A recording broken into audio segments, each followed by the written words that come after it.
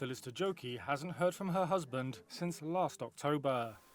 Samuel Mwara is one of more than 1,000 Kenyans, according to an intelligence report, recruited to fight for Russia in its war on Ukraine. He's a family man. He likes to call.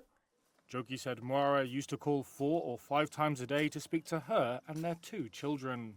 The only message he sent that was distressing, that's when he said it's difficult to keep him in prayers at all times, and he said it's not safe there.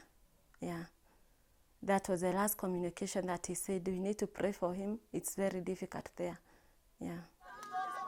On Thursday, Joki was among relatives of recruited citizens who marched to Kenya's parliament buildings in the capital, Nairobi. In a petition handed to the Senate, they demanded answers on the fate of their missing loved ones.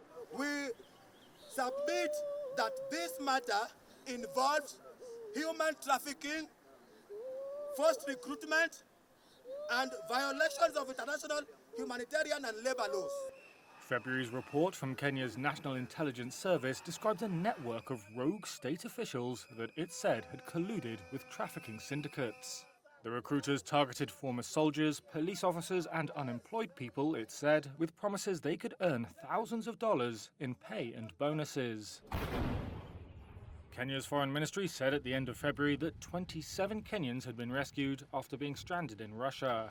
Kenya's foreign minister has said he plans to visit Russia this month for talks on the issue.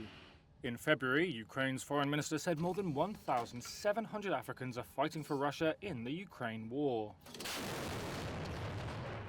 He added that Moscow had used deception to trick them into the conflict. Russian authorities have denied illegally recruiting African citizens, though the Russian embassy in Nairobi said that foreign citizens could voluntarily join its armed forces.